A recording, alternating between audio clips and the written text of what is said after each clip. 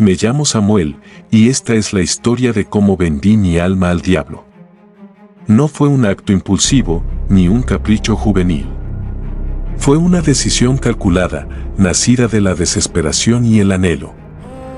Mi vida, hasta ese momento, había sido una sucesión de fracasos.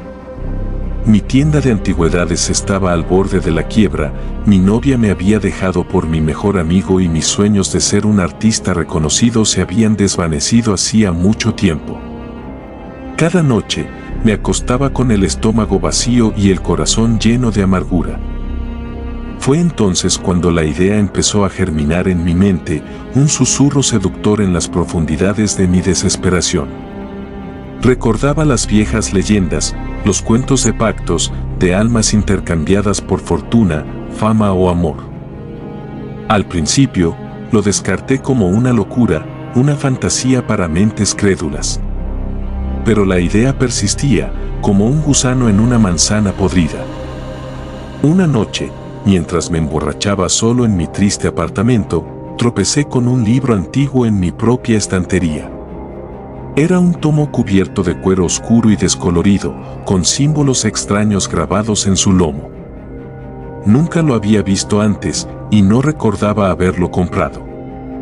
La curiosidad me picó y lo abrí. Las páginas estaban llenas de extraños grabados y un texto en una lengua que no entendía, pero había una sección en latín con la traducción al lado. Era un ritual para invocar a él. No sé qué me impulsó a seguirlo. Quizás fue el alcohol, o la desesperación, o una mezcla de ambos. Dibujé el círculo en el suelo con tiza, encendí las velas y recité las palabras. El aire en la habitación se volvió denso y frío, y las sombras danzaron salvajemente en las paredes. El olor a azufre y metal oxidado llenó mis fosas nasales.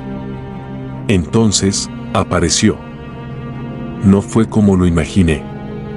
No era una figura demoníaca con cuernos y cola. Era un hombre.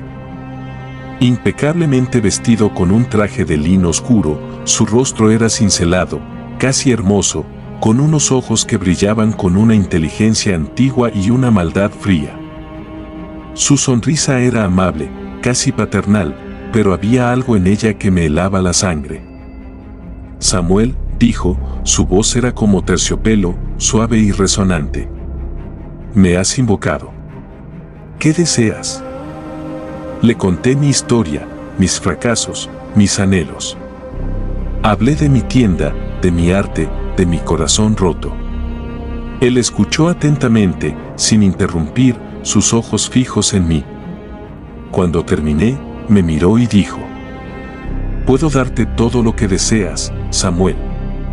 Éxito en tu negocio, reconocimiento como artista y el amor de una mujer que te adore.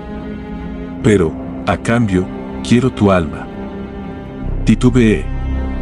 La realidad de lo que estaba haciendo me golpeó con fuerza. Pero luego, pensé en mis fracasos, en la humillación, en la soledad. ¿Qué valor tenía mi alma si mi vida era una miseria? Acepto, dije, mi voz apenas un susurro.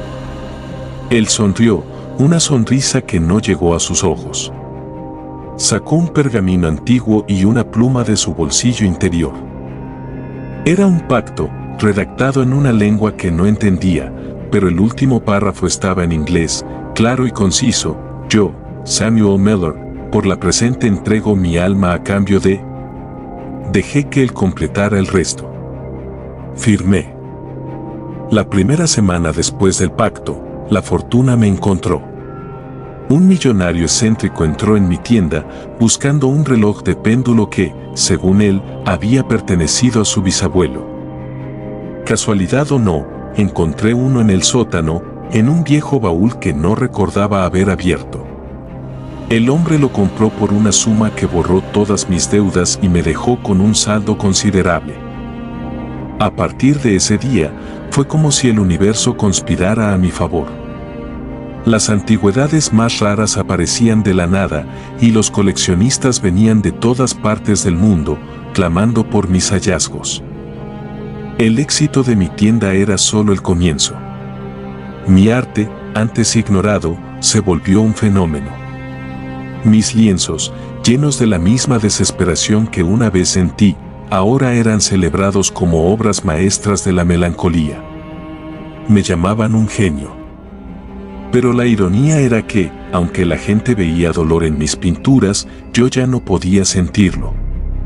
El proceso de crear se volvió mecánico. No había pasión, solo la fría certeza de que el resultado sería perfecto. Mis manos se movían con una precisión inhumana, pero mi corazón no estaba en ello. Cada trazo era un recordatorio de lo que había entregado. Y luego estaba Elizabeth. Su amor por mí fue la parte más dulce y, con el tiempo, la más amarga del trato. Al principio, era todo lo que había soñado, una conexión profunda, risas compartidas, la sensación de que finalmente pertenecía a alguien. Pero, a medida que mi éxito crecía, su amor se volvió asfixiante. Me veía en sus ojos, pero no a mí, sino a una versión idealizada, intocable, que ella adoraba.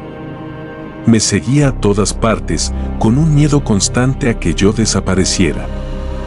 Su amor no era libre, era una atadura, un regalo del que no podía escapar. El vacío que sentía no era la ausencia de la felicidad, sino la anulación de toda emoción. Ya no podía saborear la comida, la música sonaba como un eco lejano, y la calidez del sol en mi piel se sentía como si estuviera a través de un cristal. Era como si mi alma, ese centro de mis sentimientos y mi humanidad, ya no estuviera allí. La risa de él resonaba en los momentos más inesperados, en una fiesta, en un momento íntimo con Elizabeth o en el silencio de mi estudio. No era un sonido real, sino una resonancia en mi mente, una burla constante. Y las sombras crecieron en número y audacia. Al principio, eran simples destellos en la periferia de mi visión. Pero pronto, se convirtieron en figuras definidas. Sombras alargadas en los rincones de mi apartamento, sus ojos rojos como brasas brillantes en la oscuridad. Me observaban, no con curiosidad, sino con una paciencia infinita, como un grupo de buitres esperando que una presa caiga. Sabía que eran sus emisarios, una especie de recordatorio de que mi cuenta estaba a punto de vencer. La noche que él vino a cobrar fue peor que cualquiera de mis pesadillas. Elizabeth se había quedado dormida a mi lado, y la vi retorcerse, su rostro contorsionado por un terror silencioso, como si estuviera experimentando mis propias pesadillas. La habitación se enfrió de repente. Encendí la luz, y allí estaba, de pie en la esquina, su forma impecable y su sonrisa amable. Pero el rostro se retorció. Sus rasgos se estiraron, sus ojos se convirtieron en pozos de fuego, y su sonrisa se rasgó hasta las orejas, revelando filas de dientes afilados como cuchillas. Sentí una presión en mi pecho, como si un peso invisible me estuviera aplastando. Fue una agonía espiritual, un desgarro de mi propia esencia. La sensación de ser despojado de mi humanidad fue el terror más profundo que pude haber imaginado. Me aferré a mi vida, a mis recuerdos, a la imagen de Elizabeth, pero todo se desvanecía, se convertía en polvo. Y luego, el vacío. Una oscuridad no de la vista, sino del ser.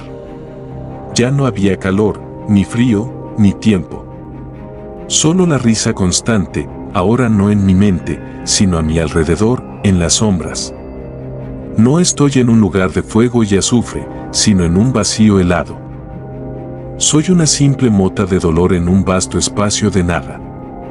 Las sombras con ojos rojos no me observan, me acompañan. Son almas perdidas como yo, y sus gritos son los únicos sonidos que me quedan. No hay escape. No hay fin.